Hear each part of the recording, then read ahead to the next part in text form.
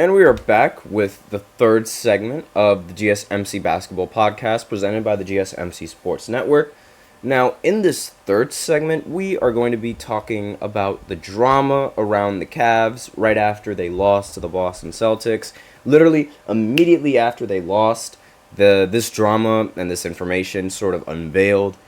And we'll start with the first one. So, because there is a couple of things that's the problem. So, Donovan Mitchell has reportedly grown frustrated due to the... Hold on, I'm just adjusting it. There we go. So Donovan Mitchell has reportedly grown frustrated by some teammates' lack of maturity and focus.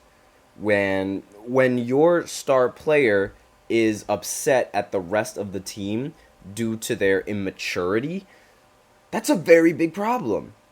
Like, how on earth can you be so immature?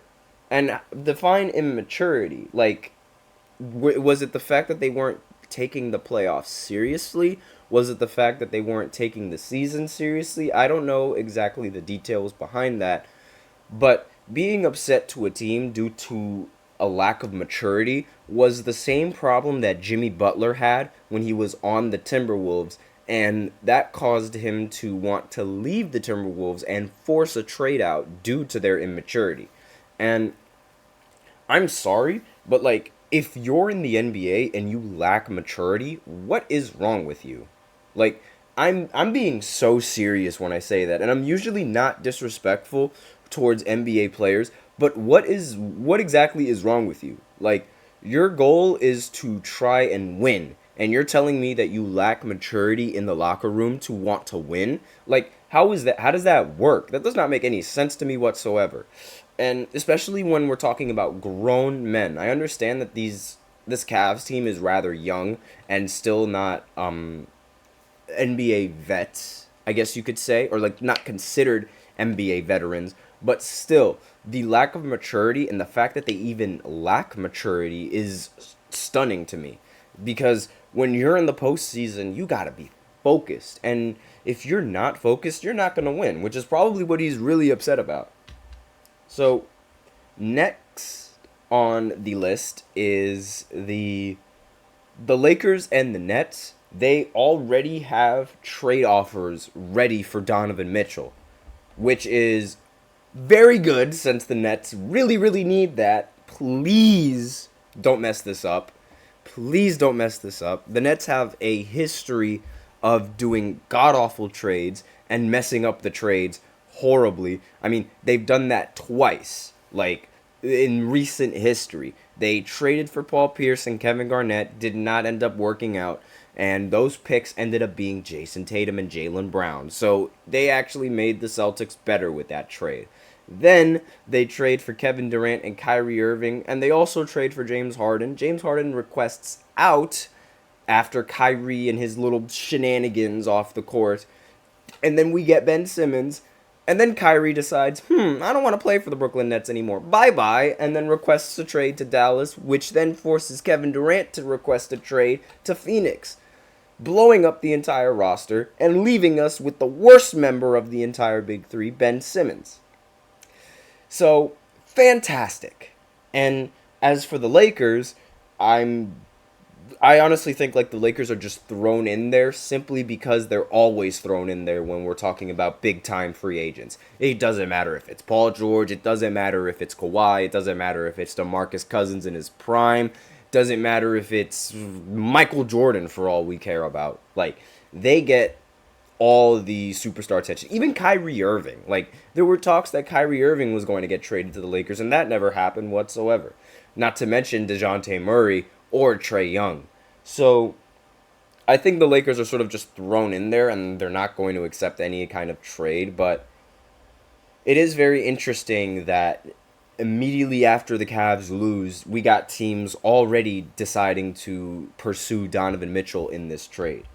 Now, another piece of drama is that some members of the Cavs were a little bit frustrated with Jarrett Allen after he refused an injection to try and numb the pain and play through his rib injury. So, again, Jarrett, as a former Net, I really, really like Jarrett Allen, but given how he refused this, my opinion on him has sort of worsened.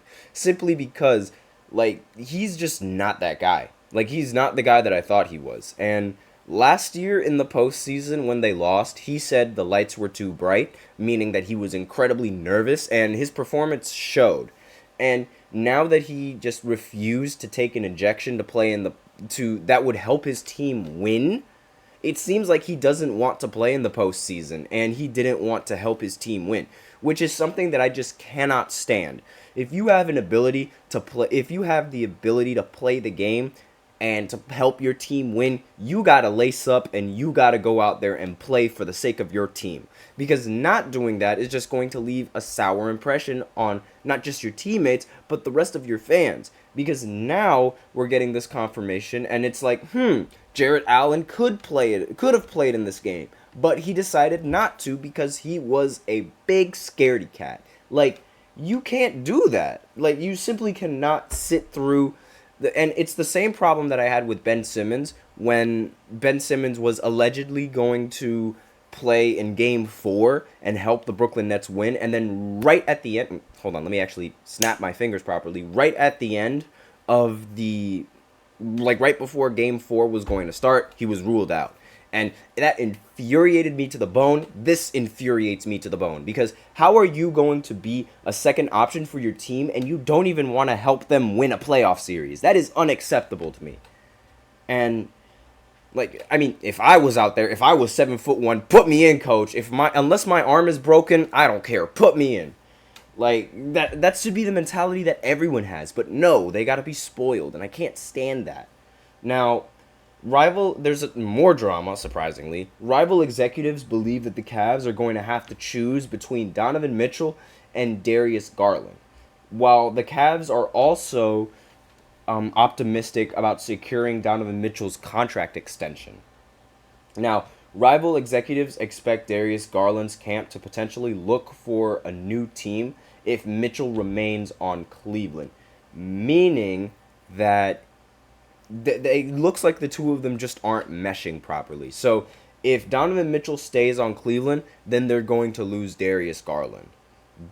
And honestly, good trade-off. If I were the Cavs, that's a good trade-off. Get Darius Garland out of here. Based off of his terrible performance in Game 5, get him out of here. And, like, Donovan Mitchell is clearly the better option between the two guards, but they're going to have to choose. And multiple players, including Donovan Mitchell, question J.B. Bickerstaff's coaching strategies and accountability measures throughout the season. And Bickerstaff's job is in jeopardy. The Cavs will make a decision in the coming days. That's all the drama that we have for the Cavs, and it's a lot of drama to unfold. So it's really just going to be surrounded on what Donovan Mitchell wants to do, what Darius Garland is going to do in response to what Donovan Mitchell wants to do, and what the Cavs want to do with their head coach. And honestly, it's going to be very, very interesting for this offseason. I think that the Cavs are going to try and pursue Donovan with that max, and Donovan Mitchell is going to take the max because obviously why wouldn't you take the max? And due to Donovan Mitchell taking the max, that is going to force Darius Garland out of Cleveland and thus opening up the trade blocks for other teams, which I'm not going to be surprised if the Lakers are going to pounce on that trade deal and try to get Darius Garland on the Lakers and see if he's going to be a better option for the team. Because quite frankly, I think the Lakers are sick of D'Lo. I know I'm sick of D'Lo. So I wouldn't be surprised if the rest of the Lakers roster is sick of that man. And again, this is going to all be decided once Donovan Mitchell makes his decision. But given how he doesn't like the lack of maturity on the team, maybe he's going to want out anyway. Unless the Cavs can do some serious changes in the roster, which I doubt. Like, I'm sorry, but the Cavs front office is horrible. Like, it's plain and simple. They failed to give LeBron help for what feels like thousands of years, and they've messed up they've messed up signings, they've messed up trades, they've messed up absolutely everything that you could, which ultimately drove LeBron out. So I think this is going to be no different for the Cavs. The Cavs are going to do Cavs things, and this is a simple Cavs team. The Cavs thing of having a terrible front office. And honestly, imagine if they choose Darius Garland over Donovan Mitchell. That would be absolutely hilarious.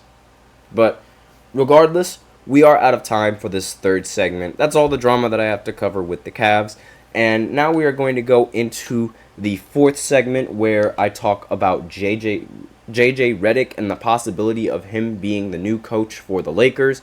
So I will be right back after this short break.